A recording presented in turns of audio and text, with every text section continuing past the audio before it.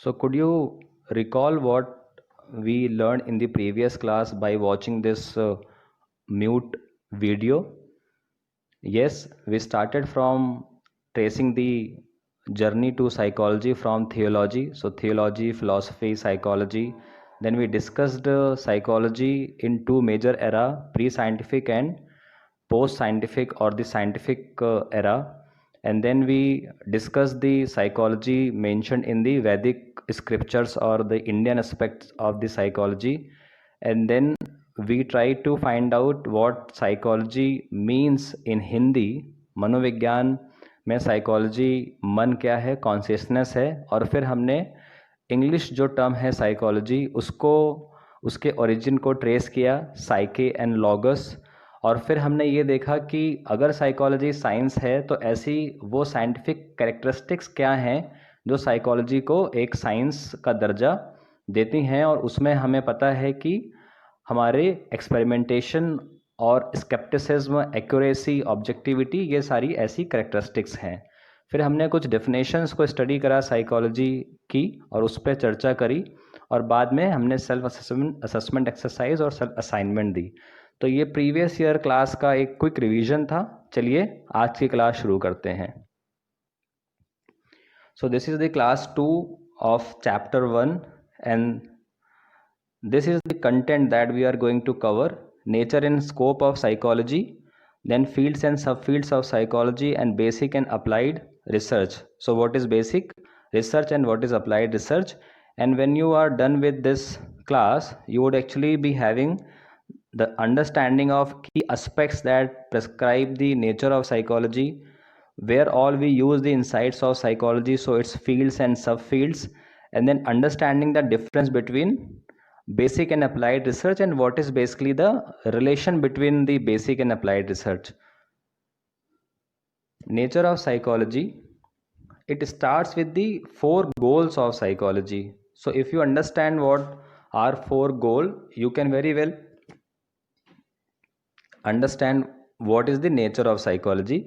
So if you see in your book, you would find 4 goals, that is description, explanation, prediction and control. But why I have mentioned observation and experimentation? Because description is what, so you basically try to tell what is happening, and just to explain you use or refer a theory. But sometime that what comes from the observation. So you first observe something and then you know that what is happening. For example, Darley and Latane bystander effect study, they first observed the Kitty Genovo's case, जहाँ पर kitty जो महिला थी उनको एक व्यक्ति ने लगभग कुछ कई बार अराउंड 15-17 बार उन्हें चाकू से स्टैब किया था, बट किसी ने मदद नहीं करी थी. तो वहाँ से वो जो ऑब्जर्वेशन थी उससे एक हमारे पास व्हाट क्वेश्चन आया कि क्या ज़्यादा लोग अगर उपस्थित होते हैं तो कम मदद करी जाती है. So I hope you are understanding that description का डिस्क्राइब का मतलब होता है what, but some time it comes from the observation and some time it is simply given to as an research inquiry. Then if it is given to as a research inquiry, then you do actually experimentation to prove it. Okay, so you frame a hypothesis and then you basically do the experimentation. But if you already have certain theory to explain this what, then you perhaps try to find out the how, that rather why it is happening. Okay, now prediction means that if you know some phenomena and why it is happening, then you can predict what is going to come in future. So if a person is having some brain abnormality and you have done the MRI, okay, and you came to know that this person is having some brain abnormality and serotonin level are very low, so that person might behave in an aggressive manner. That is what you are predicting. आप अभी बता रहे हैं कि वो कल because उसके brain MRI में हमें ये पता चला है कि उसका सेरोटोनिन लेवल कम है, तो वो आगे आने वाले समय में वायलेंटली बिहेव कर सकता है. So it gives you the power to control that event. तो आप यहाँ पे क्या करेंगे कि you might get that person admitted into the hospital, or you start the medication, you start the meditation. So medication, behavioral intervention, so that you actually control what is coming. So there are 4 goals of psychology: description, explanation, prediction, and control. And I have just explained that sometime this what portion comes from the observation, and sometime it is simply given to you as a research inquiry, and we do experimentation. Okay, so we do experimentation to basically validate that research question that we have, and if we already have some existing theory, we use that theory to explain the phenomena. So I hope 4 goals of psychology are clear to you. Now I have already said that this model is called hypothetico-deductive model, wherein we actually start with an hypothesis. So basically, hypothesis is a statement that has the possibility to be approved और rejected. तो पहले हम एक statement को लेते हैं. जैसे अगर हमने आपको एग्जाम्पल दिया डार्ले एंड लैटने की स्टडी का, बाई स्टैंडर्ड इफेक्ट का, तो वहाँ पे उन्होंने एक स्टेटमेंट लिया कि क्या ज़्यादा लोगों की उपस्थिति में कम मदद करी जाती है. तो उस स्टेटमेंट को, उस टेस्टेबल स्टेटमेंट को हम क्या कहते हैं? हाइपोथेसिस. और जो वो मॉडल है उसको हम क्या कहते हैं? हाइपोथेटिको डिडक्टिव मॉडल. सो इसका मतलब ये होता है, सबसे पहले हम एक हाइपोथेसिस बनाते हैं, फिर हम डेटा कलेक्ट करते हैं, उस डेटा को एनालाइज करते हैं, और फिर हम कंक्लूजन पे पहुंचते हैं. तो अगर हमारा डेटा हमारे इनिशियल स्टेटमेंट को अप्रूव करता है, उसको सत्यापित करता है, तो हम हाइपोथेसिस को मान लेते हैं. और अगर वो उसके विरुद्ध हमें कुछ बताता है, सजेस्ट करता है, तो हम अपने उस स्टेटमेंट हाइपोथेसिस को रिजेक्ट कर देते हैं. इसीलिए यहाँ लिखा हुआ है forming an hypothesis that is followed through a detailed procedure to reach conclusion. And what is conclusion? Either it could be rejected or accepted. So what we are discussing, the nature of psychology. Okay, so we have studied. Now a skeptic approach is maintained at every stage to overrule any personal bias. Skeptic, हमने पिछले class में ये सीखा था कि one of the characteristics of the scientific method is scepticism. Scepticism का मतलब होता है that never take anything on its face value. Okay, आप उसे केवल जो आपका परसेप्शन है या जैसा वो दिख रहा है उसको ही ना मान लें सच, बट आप साइकोलॉजी चूँकि साइंस है तो आप एक्सपेरिमेंटेशन, सिस्टमैटिक ऑब्जर्वेशन से उसे ऑब्जर्व करें और फिर किसी कंक्लूजन पे पहुँचें. इसीलिए किसी भी तरह का पर्सनल बायस या हिंडसाइट नहीं रखनी चाहिए जब आप साइकोलॉजी को स्टडी कर रहे हैं. The obtained facts are reported as it is even if they are contradict our own held opinion or values.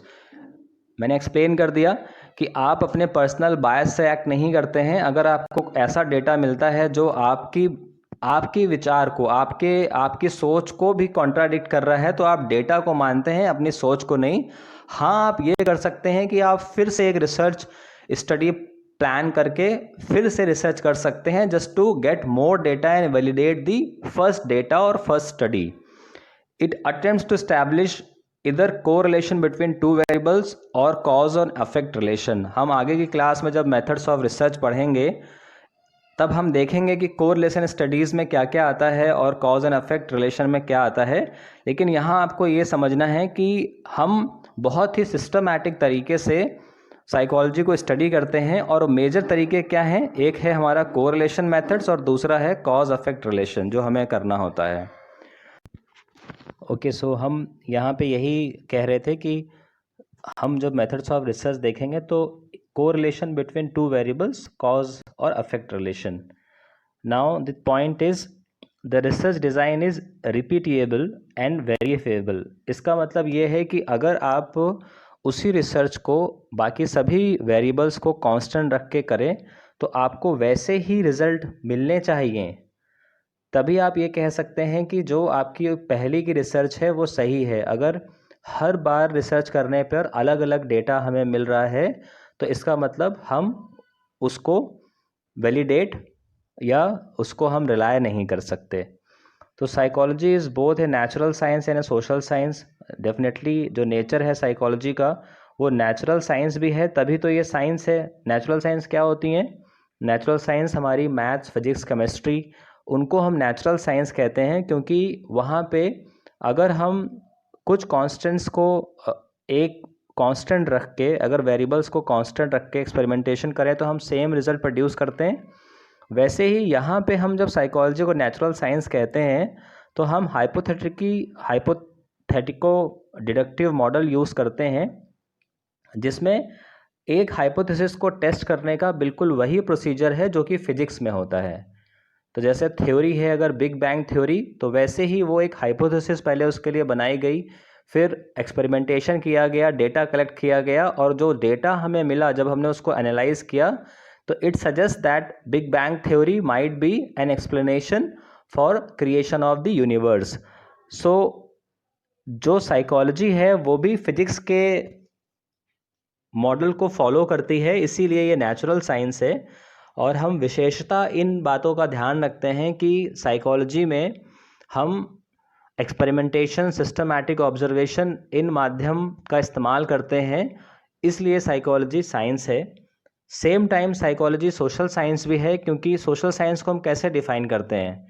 ऐसा कोई भी subject that actually deals with the human is the social psychology. So economics, politics, even human geography, and there are many subjects, those are social science because they involve human.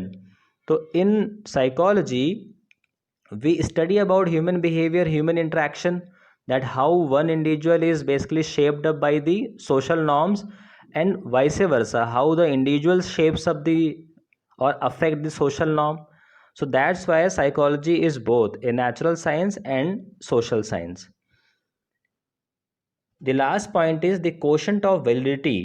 अब जैसे हमने पिछले slide में discuss किया था कि validity और reliability दो ऐसे कंडीशंस प्रीरिक्विजिट होते हैं जो हमें एक स्टैंडर्ड सब्जेक्ट या स्टैंडर्ड प्रोसीजर को फॉलो करने के लिए मदद करते हैं। तो वैलिडिटी का मतलब ये होता है कि जो हम मेजर करना चाह रहे हैं, अगर हम वो उसे मेजर कर पाते हैं। तो जैसे अगर हम किसी टूल के माध्यम से, साइकोलॉजिकल टूल को डेवलप करते वक्त हम अगर अग्रेशन को, यानी कितना गुस्सा किसे आता है या गुस्से का लेवल क्या है, उसे हम मेजर कर रहे हैं, तो हमें वही एस्पेक्ट ऑफ पर्सनालिटी मेजर करना चाहिए, या हमारा टूल वही एस्पेक्ट ऑफ पर्सनालिटी मेजर करना चाहिए, तभी वो वैलिडेट है। अगर वो अग्रेशन की जगह पे कुछ और मेजर कर रहा है या उसमें क्लैरिटी नहीं है, तो हम उसको, उस टेस्ट को वैलिडेट नहीं कह सकते। रिलायबिलिटी का मतलब होता है, जैसा मैंने पिछली स्लाइड में डिस्कस किया था, कि अगर हम बाकी वेरिएबल्स को सेम रख रहे हैं, कंडीशंस को सेम रख रहे हैं, तो रिजल्ट जो हैं वो हमारे एक से ही होने चाहिए। इसीलिए साइंटिफिक स्टडी में वैलिडिटी और रिलायबिलिटी दो बहुत ही इम्पॉर्टेंट पैरामीटर्स हैं जिनका हमेशा पालन करना बहुत ज़रूरी होता है। So with this, these were the learning objectives we started this class with, and now we have completed the first part, that is the nature of psychology. Let's proceed further. Scope of psychology. So in simple term, it's very huge. I have already said that wherever human are, जहाँ पे भी मानव है, मानव से जुड़ी गतिविधियाँ हैं, वहाँ पे साइकोलॉजी है। सो यहाँ पर क्या लिखा है? Every discipline that involves human और एनी फिनोमेना और इवन दैट कैटर्स फॉर और involves human is the subject matter of psychology. मतलब हम हर वो पहलू जो कि व्यक्ति से, व्यक्ति का मतलब यहाँ पे ह्यूमन रेस है, उससे जुड़ा हुआ है, हम हर वो फिनोमेना साइकोलॉजी के अंतर्गत स्टडी करते हैं, from medicines, hospitals to food. अब आप ये सोचते होंगे कि मेडिसिन्स में साइकोलॉजी कैसे आ सकती है, तो इसका आंसर आपको आगे की कुछ समय बाद आपको मिल जाएगा। Engineering to human emotions, research to recruitment, society to self, biology to business, morality to achievement, motivation and so on. Okay, now you might just wonder, biology to business, So definitely how a particular medicine affects your neural network, affects your neurotransmitters, and in turn it creates a certain types of behavior out of you. That is something is also the subject matter of psychology, and it involves lot of biology. Now, why business? Because if you create a product which is liked by people, or that make person mood or emotion, makes that person feel happy, then definitely you would be doing good business. So even in the business, especially in the services sector, if you provide a service and the customer is very happy, then definitely he would come again and again. So psychology is involve.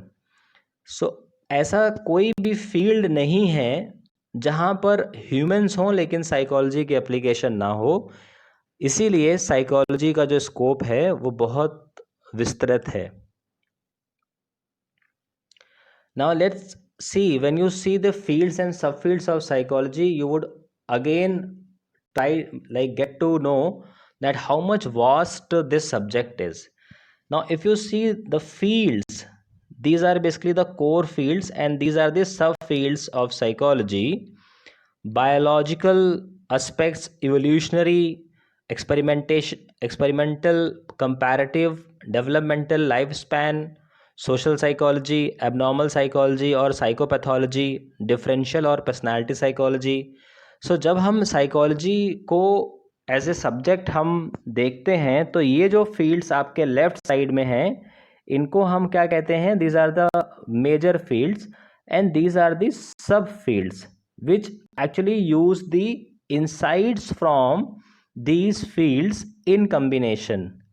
तो for example अगर हम बात करें sports psychology, तो sports psychology में human development भी है, क्योंकि how basically he has grown up biologically, physiologically, and how much motivation he has to perform the certain sports. That is something. And as a person, what personality he has, okay, and how he relates with the teammates, that is social psychology. So you can understand that even in this one subfield, sports psychology, you may have some components from the developmental psychology, some from social psychology, some from personality psychology, and that's why the subfields use an interaction or mix of the core fields of psychology. Now, this is very important because it gives you the practical aspect of studying psychology today. Relation of psychology with other discipline.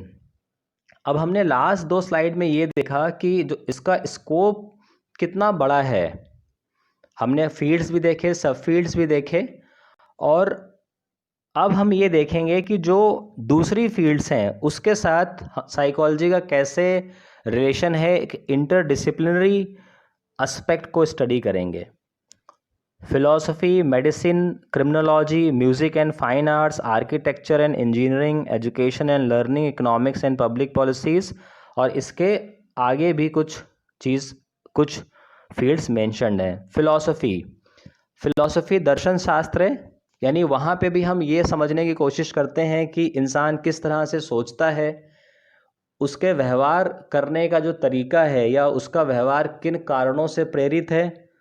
तो वहाँ पे हम उसको inquiry के form में समझने की कोशिश करते हैं, बट साइकोलॉजी में हम उसे एक्सपेरिमेंटेशन के माध्यम से समझने की कोशिश करते हैं कि how human think, how they process information, how they reach to a conclusion, and how they behave.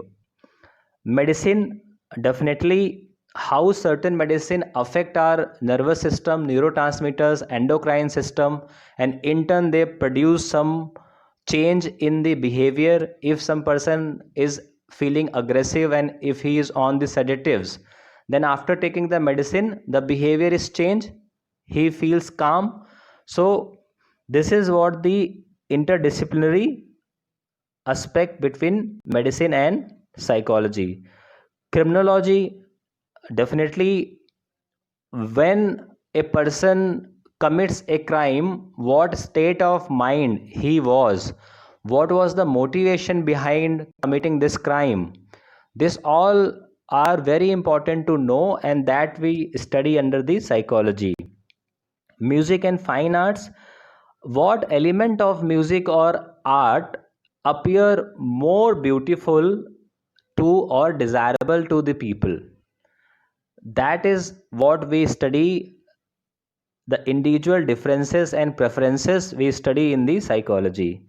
Architecture and engineering, what type of building, what space, what height of the room you would actually make a person feel good, and that feeling of goodness would increase the productivity of the individual.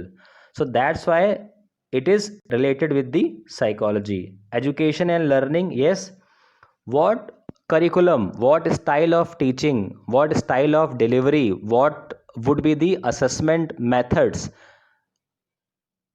considering the motivation of the students, all such elements we study under education and learning, and they are directly influenced by the society, by the psychology. Economics and public policies, yes, when you come out with the public policy, you need to have a system wherein people follow it, and you see a kind of discipline or a kind of citizenship in them. So with public policies, when we consider cultivating certain ethics or certain collective norm in the public, we use the insights of psychology. For example, a public policy is basically not, जैसे हम लोग अभी स्वच्छ भारत अभियान चल रहा है, एक पब्लिक पॉलिसी है, खुले में शौच ना करें, ये भी एक पब्लिक पॉलिसी है। लेकिन इन पब्लिक पॉलिसीज़ का जो अप्लीकेशन है, जो होना चाहिए, फॉर एग्जांपल कोविड-19 अभी चल रहा है, तो सब लोगों को मास्क पहनना चाहिए, लेकिन वो नहीं पहन रहे हैं। तो हम उन्हें किस तरह से साइकोलॉजी के फील्ड को या साइकोलॉजी इनसाइट्स को यूज़ करके how we can make them wear mask and take the needed precaution, this is how the public policies can get benefited from the insights of the psychology. It could be reward based, it could be punishment based, but definitely it is affected by the psychological insights of the people. Mass communication, definitely what means you adopt to reach out to the people and communicate with them effectively, so they show kind of compliance and they follow what is being said by the speaker or by the government or by any entity. Sociology, it definitely is studying the social groups belief system, and that we also study in psychology but at individual level. Sports, I have already explained the achievement motivation, individual differences, the team building, group dynamics. This all is related to the sports, and that or these things make a person perform or excel in the sports, and that we learn in psychology. Political science, as I said, political science is also a social science because it involves people. And in military, the need of power, why someone just does everything. You might have come across such incidences, especially in the political parties, that they don't refrain from doing any non desirable act also to grab the power. And similarly in military, the hierarchy system is there, the compliance, the conformity or the obedience is sought. So these such issues which are applicable to these disciplines are the subject matter of psychology. So I hope with this small brief description telling you the relation of psychology with these disciplines, you could get to know how these fields A from A to K, and there could be many more, are related to the psychology. So with this we complete the second learning objective, where all we use insights of psychology. You have studied the fields, then subfields, and then the other fields which has the direct relation with the psychology. Now this is very important because what is basic research and what is applied research? First we need to understand the difference, and then we also need to understand the relation between these two.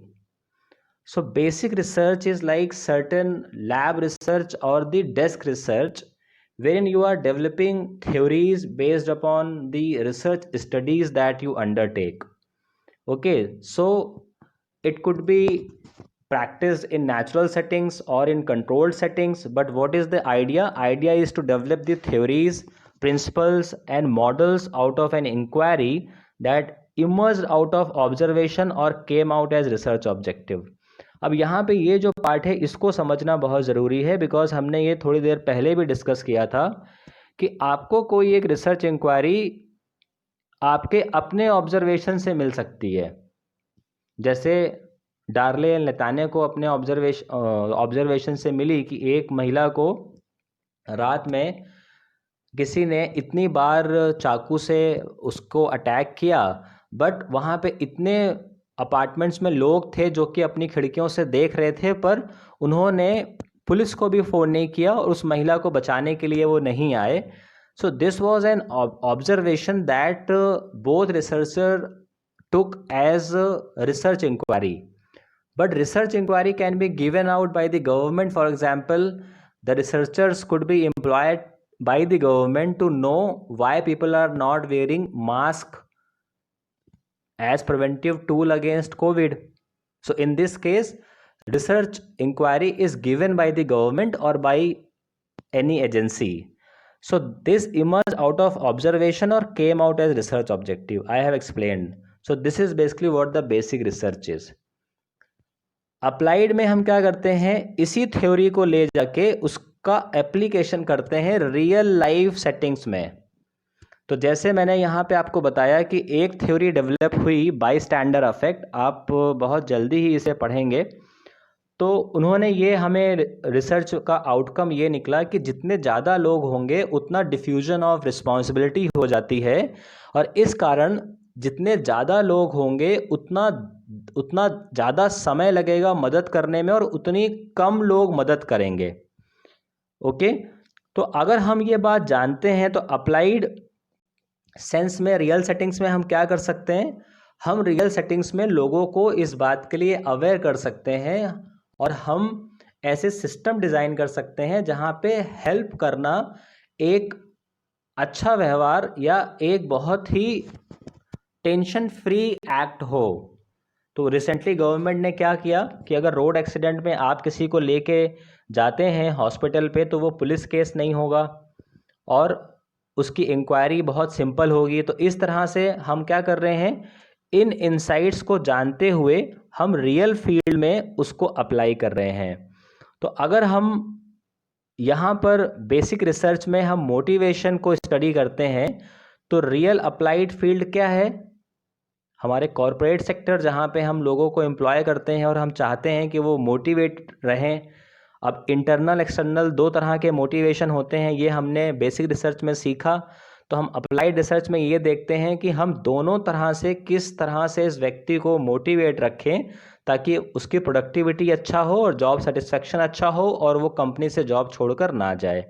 तो I hope आपने ये समझ लिया कि basic research में basically ये lab या desk research है जहाँ पे हम थ्योरीज, मॉडल, प्रिंसिपल्स को डेवलप करते हैं, और अप्लाइड रिसर्च में हम उन मॉडल्स को रियल लाइफ सेटिंग में इस्तेमाल करते हैं with the intention to solve a problem और मेक थिंग्स बेटर. ये हमेशा ध्यान रखिएगा कि कोई भी रिसर्च, क्रिएटिविटी या इंटेलिजेंस जहाँ पर उसका जो आउटकम है वो अच्छा ना हो तो वो कभी भी एक डिज़ायरेबल एस्पेक्ट नहीं है. Okay, so this is what the basic and applied research means. Now you can just basically this is the COVID time, तो I can just say that when we study the basic we understand how human breathe. और breath. तो सांस कैसे लेते हैं?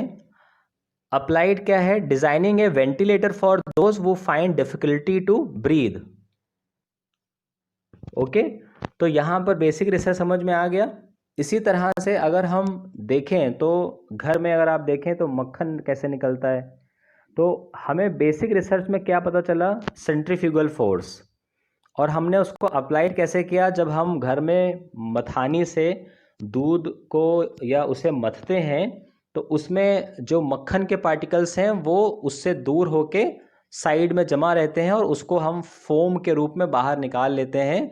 तो basic research क्या है? Centrifugal force. और अप्लाइड रिसर्च क्या है? अप्लाइड तरीका क्या है? उससे मक्खन निकालना। ये मैंने आपको जस्ट दो बहुत रेलेवेंट एग्जाम्पल्स दिए ताकि आप जो मैंने ह्यूमन बिहेवियर से रिलेटेड एग्जाम्पल्स आपको बताए थे उससे आप इसको रिलेट करके समझ पाएँ। Okay,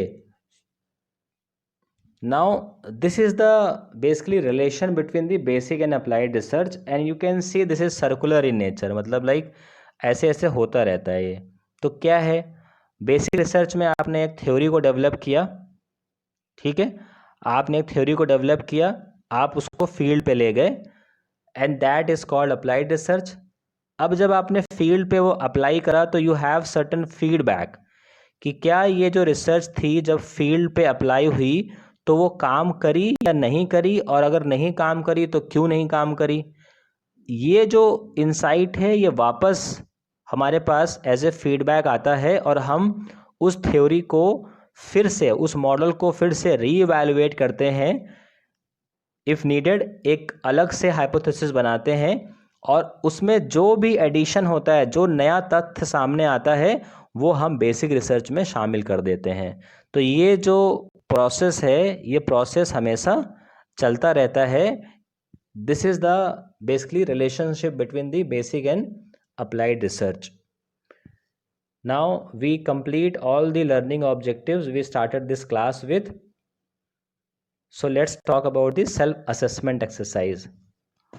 As I keep on saying that if you have listened the class carefully, then self-assessment exercise is something that you can basically answer out of your listening only. Name the 4 aspects related to the nature of psychology. Okay, so we have from A to F and you can write down, but yes, 4 goals of psychology, they were also mentioned there. This is very important as far as exam is concerned. And then a very simple question, what is a hypothesis? And I hope you would go, you will see and you will do this do this question. Now self assignment and project ideas, ये बहुत important है कि जो भी हम psychology में सीखते हैं उसे हम रियल लाइफ सेटिंग या प्रोजेक्ट आइडियाज़ के माध्यम से सीखने की कोशिश करें। So which field of psychology you find more interesting and why? हमने वहाँ पे फील्ड्स भी देखी, हमने वहाँ सब फील्ड्स भी देखी। अब आपको उसके बारे में और फाइंड आउट करना है और फिर आपको ये तय करना है कि उसमें से कौन सा ऐसा एस्पेक्ट है जो आपको ज़्यादा अच्छा लगता है, because that could be your future career in psychology. So which field of psychology you find more interesting and also try to mention why, because that would only come once you know it in depth. Then please meet a professional, चाहे वो psychologist हो, psychiatrist हो, या corporate में हो या HR में हो, डिपेंड अपॉन कि, या हॉस्पिटल में क्लिनिकल साइकोलॉजिस्ट हो, depend upon that field what you feel और what you prefer more, and ask that person about the educational qualification. उन्होंने क्या पढ़ाई करी, उनका डेली रूटीन ऑफिस में, हॉस्पिटल में, कंपनी में, फील्ड पर कैसा रहता है, उनकी जॉब डिमांड्स क्या हैं, वर्किंग एक्सपीरियंस कैसा है, और motivation to be in this field, क्या मोटिवेट करता है उन्हें अपनी इस फील्ड में काम करने के लिए. And then think of 4 areas and identify their basic and applied field. जैसा मैंने आपको एक सिंपल सा एरिया बताया मेडिसिन का और बेसिक रिसर्च बताई कि हमें ये पता होना कि ह्यूमन का जो ब्रीथिंग सिस्टम है या श्वसन तंत्र है वो किस तरह से काम करता है। तो अप्लाइड रिसर्च क्या है कि हम उन लोगों के लिए वेंटिलेटर्स डिज़ाइन करते हैं जो जिन्हें सांस लेने में दिक्कत होती है। तो आप ऐसे 4 एरियाज आइडेंटिफाई करें, बेसिक रिसर्च और उस बेसिक रिसर्च का अप्लाइड। कोशिश ये करिए कि वो हमारा साइकोलॉजी से रिलेटेड कंटेंट हो, साइकोलॉजी से रिलेटेड इस एरिया हो, तो आपको काफ़ी हेल्प होगी इसे समझने में। With this we end today's class and thank you everyone for being with me. I would see you in the next class. Till then keep learning and doing good in life. Thank you everyone.